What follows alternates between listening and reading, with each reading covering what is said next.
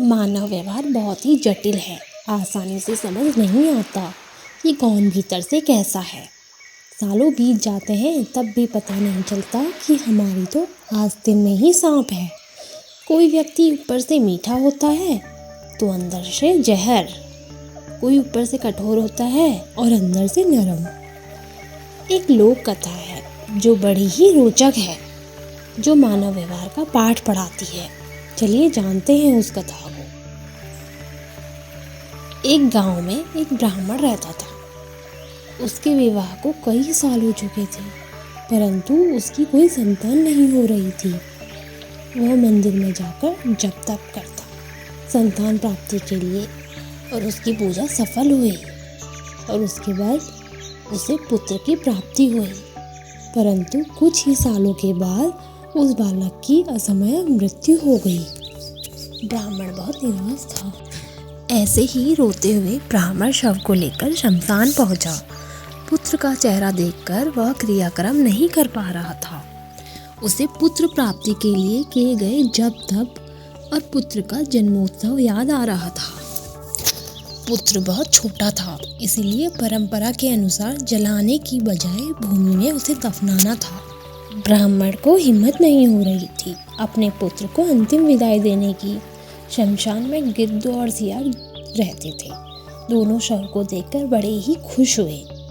शमशान में दोनों ने एक व्यवस्था बना रखी थी कि दिन में सियार मांस नहीं खाएगा और रात को गिद्ध। सियार ने सोचा, यदि ब्राह्मण दिन में ही शव रख कर चला गया तो उस पर गिद्ध का अधिकार होगा, इसलिए क्यों ना अंधेरा होने तक ब्राह्मण को बातों में फंसा कर रखा जाए। वहीं गिद्ध ताक में था कि शव के साथ आए कुटुंब के लोग जल्दी से जल्दी जाएं और वह उस बच्चे का मांस को खा सके। गिद्ध ब्राह्मण के पास गया और उसे वैराग्य की बातें सुनाने लगा। गिद्ध ने कहा, हे मनुष्य, आपके दुख का कारण यही मोह माया ही है। संसार में आने से पहले हर प्राणी की आयु तय हो जाती है। सहयोग और वियोग प्रकृति के नियम हैं। आप अपने पुत्र को वापस नहीं ले जा सकते, इसीलिए शोक त्याग कर प्रस्थान करें। संध्या होने वाली है। संध्या काल में शमशान प्राणियों के लिए भयदायक होता है, इसीलिए जल्दी से जल्दी यहाँ से निकल जाइए। गिद्ध की बातें ब्राह्मण के साथ आए रिश्तेदारों को बहुत प्रिय लगी। वह ब्राह्मण से बोले, बालक के जीवित होने की आशा नहीं है, इसीलिए यहाँ रुकने से क्या लाभ। सियार ये सब सुन रहा था। उसे गिद्ध की चाल सफल होती देखी तो वह भागकर ब्राह्मण के पास गया और ब्राह्मण से कहने लगा, बड़े निर्दय हो, जिसे प्रेम करते हो उसकी मृत्यु देह के साथ थोड़ा भी नहीं रुक सकते, थोड़ा भी वक्त नहीं बिता सकते, फिर कभी इसका मुंह नहीं देख पाओगे। कम से कम संध्या तक तो रुक जाओ और जी भर के देख लो। उन्हें रोके रखने के लिए सियार ने यह नीति बनाई। सियार की बातों से परिजनों को बहुत तसल्ली हुई और उन्होंने तुरंत वापस जाने का विचार छोड़ दिया। अब गिद्ध परेशान होने लगा। अब उसने कहना शुरू किया कि तुम ज्ञानी होने के बावजूद इस कपटी सियार की बातों में आ रहे हो। एक दिन हर प्राणी की यही दशा होनी है। शोक त्याग कर अपने अपने घर जाओ। जो बना है वह नष्ट होकर ही रहता है। तुम्हारा शोक मृतक को दूसरे लोक में कष्ट देगा। जो मृत्यु के अधीन हो चुका है, क्यों रो रो कर उसे व्यर्थ कष्ट देते हो। लोग चलने को तैयार हुए तो सियार फिर से शुरू हो गया कि बालक जीवित होता तो तुम्हारा वंश आगे न बढ़ता। कुल का सूर्यास्त हुआ है, कम से कम सूर्यास्त तक तो रुक जाओ। अब गिद्ध को चिंता हुई। गिद्ध ने कहा, मेरी आयु 100 वर्ष की है। मैंने आज तक किसी को जीवित होते हुए नहीं देखा, तो मैं शीघ्र जाकर उसके मोक्ष का कार्य आरंभ करना चाहिए।